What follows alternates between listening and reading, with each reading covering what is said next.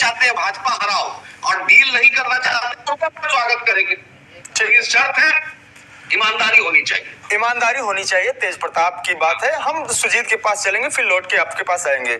सुजीत, अभी जो स्थिति चल रही है पटना की, बिहार की पॉलिटिक्स में बड़ी संख्या में लोग हैं जो तेज प्रताप को इतना सीरियस नहीं लेना चाहते हैं, लेकिन तेज प्रताप यादव पिछले एक सप्ताह या 10 दिन से लगातार कुछ स्टेप दिख रहे हैं उनके, जो ये इशारा कर रहा है कि कहीं ना कहीं तेज प्रताप कुछ सीरियस पॉलिटिक्स की दिशा में जा रहे हैं।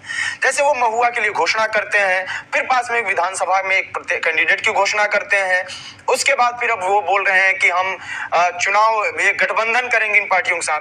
हालांकि उन पार्टियों का जिनके साथ वो गठबंधन की बात करें, वो पार्टियां कैसी हैं इस पर आप बताएंगे, वो कौन सी पार्टियां हैं?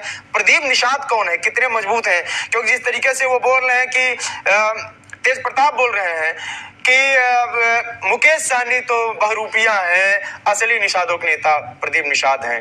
क्या है स्थिति इस गठबंधन की? जो 4-5 हैं, इनके नाम तो कोई नहीं जानता है। बिल्कुल अंकित, आपका कहना बिल्कुल सही है। ये जिन पार्टियों के साथ तेज प्रताप ने अपने गठबंधन को बनाया, उसमें से इन पांचों के नाम तो कई लोगों ने पहली बार पढ़े होंगे। जहां तक मैं इन पार्टियों के बारे में मैंने भी कुछ जानकारी लेने की कोशिश की, तो इनमें से कई ऐसी पार्टियां हैं जिन्होंने चुनाव तो लड़ा था, लेकिन किसी की कोई ऐसी उपलब्धि नहीं थी जिसको याद रखा जा सके। किसी को 200, किसी को 250, किसी को लगभग 3000 ऐसे वोट, किसी को तो लगभग 150 तक का वोट मिला है। तो आप अंदाजा लगा सकते हैं कि ये कैसी पार्टियां हैं। इनमें कई ऐसी पार्टियों की जो नेता जो पिछले चुनाव में खड़े थे, मान लीजिए कि अगर 10 वहां पे अगर उम्मीदवार लड़ रहे हैं तो कोई 8वें नंबर पर रहा है, कोई 9वें नंबर पर रहा है। देखिए अंकित, बात यह है कि तेज प्रताप के साथ एक पॉलिटिकल एज है, और वो एज है उनके पिता का नाम। उनके पिता एक बहुत बड़े, बिहार या यूं कहे देश की राजनीति में तेज प्रताप के पिता एक बड़े नाम है। लालू प्रसाद यादव को सब कोई जानता है। तेज प्रताप यादव के साथ अगर कोई जुड़ता है तो वो उसके पीछे की मंशा यही है कि तेज प्रताप एक बड़े बेटे के बड़े नाम के रूप में यहाँ पे है।